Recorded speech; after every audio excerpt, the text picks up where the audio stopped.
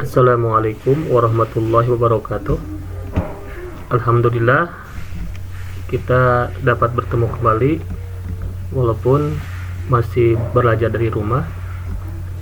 Materi PAI kelas 9 kali ini tentang ketentuan kurban dan akikah. Kurban berasal dari kata koruba yakrubu kurban, artinya mendekat. Kurban secara istilah adalah tindakan penyembelihan hewan ternak dengan niat untuk beribadah demi mendekatkan diri kepada Allah Subhanahu wa taala yang dilakukan pada hari raya Idul Adha sampai akhir hari tasyrik, tepatnya tanggal 10, 11, 12 dan 13 Zulhijjah.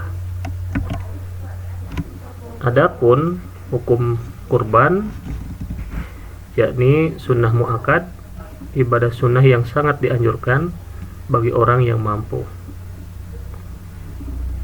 Dalil dari hal tersebut, Abu Hurairah berkata, Rasulullah Shallallahu Alaihi Wasallam bersabda, barang siapa mempunyai kemampuan untuk berkurban namun tidak mau berkurban, maka jangan mendekati tempat sholat kami. Hadis riwayat Ahmad.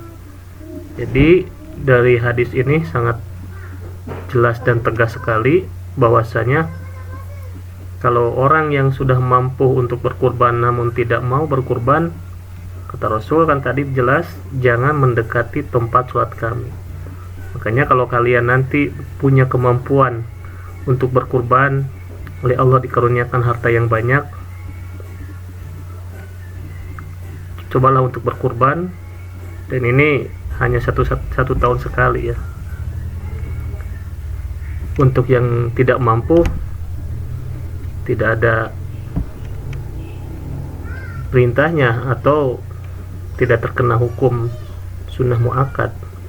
Jadi yang terkena hukum melaksanakan sunnah muakkad di sini adalah orang yang mampu untuk melaksanakan kurban. Adapun dalil kurban, Allah Subhanahu wa taala memerintahkan umat Islam untuk berkurban sebagaimana tertuang dalam Quran surat Al-Kautsar ayat 1 sampai 3. A'udzubillahi minasyaitonirrajim. Bismillahirrahmanirrahim. Inna a'tainakal kautsar fasholli li rabbika wanhar inna syani'aka huwal abtar.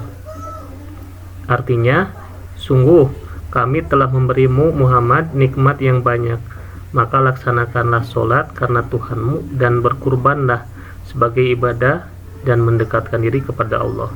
Sungguh orang-orang yang membencimu dialah yang terputus dari rahmat Allah Subhanahu wa taala. Quran surat Al-Kautsar ayat 1 sampai dengan 3. Ini dalil untuk ibadah kurban. Adapun jenis hewan yang akan dikurbankan atau yang boleh dikurbankan, diantaranya unta, sapi, kerbau, kambing atau biri-biri. Adapun ketentuan hewan-hewan tersebut adalah unta yang sudah berumur 5 tahun, sapi atau kerbau yang sudah berumur 2 tahun, kambing yang sudah berumur 2 tahun, domba atau biri-biri yang sudah berumur 1 tahun atau telah berganti gigi. Adapun penjelasan yang lebih mendalam, menurut para ulama tidak sah kecuali dengan jenis hewan-hewan tersebut di atas kurbannya. Jadi kurban itu harus ketentuannya sebagaimana yang telah Bapak sebutkan tadi. Di samping memenuhi ketentuan umur, binatang-binatang itu harus sehat dan organ tubuhnya lengkap. Tanduknya tidak patah, tidak buta matanya, tidak pincang, tidak sakit atau cacat, dan tidak kurus kering. Ketentuan yang lain untuk jenis binatang unta, sapi, dan kerbau boleh untuk kurban sejumlah 7 orang. Kambing dan domba hanya untuk kurbannya 1 orang. Hal ini tidak terlepas dari perbedaan pendapat. Pendapat yang lain, Kambing dan domba ada yang mengatakan boleh untuk satu keluarga, tapi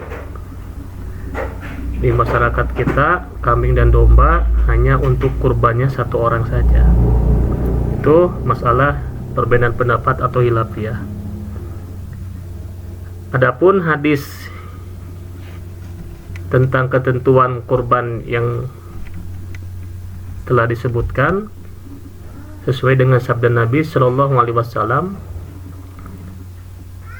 An Jabir bin Abdillah radhiyallahu anhuma qala naharna ma'a Rasulillahi Shallallahu Alaihi Wasallam amal hudaybiyatil badanata an sab'atin wal baqarata an sab'ah, rawahul Bukhari wa Muslim. Artinya diriwayatkan dari Jabir bin Abdullah radhiyallahu an, katanya, kami pernah menyembelih binatang kurban bersama Rasulullah SAW pada tahun Hudaybiyah dengan seekor unta kepada 7 orang dan lembu juga kepada 7 orang.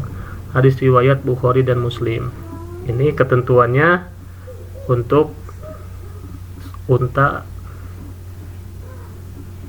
dan lembu untuk 7 orang, dan bisa juga untuk sapi atau kerbau untuk disamakan hadisnya.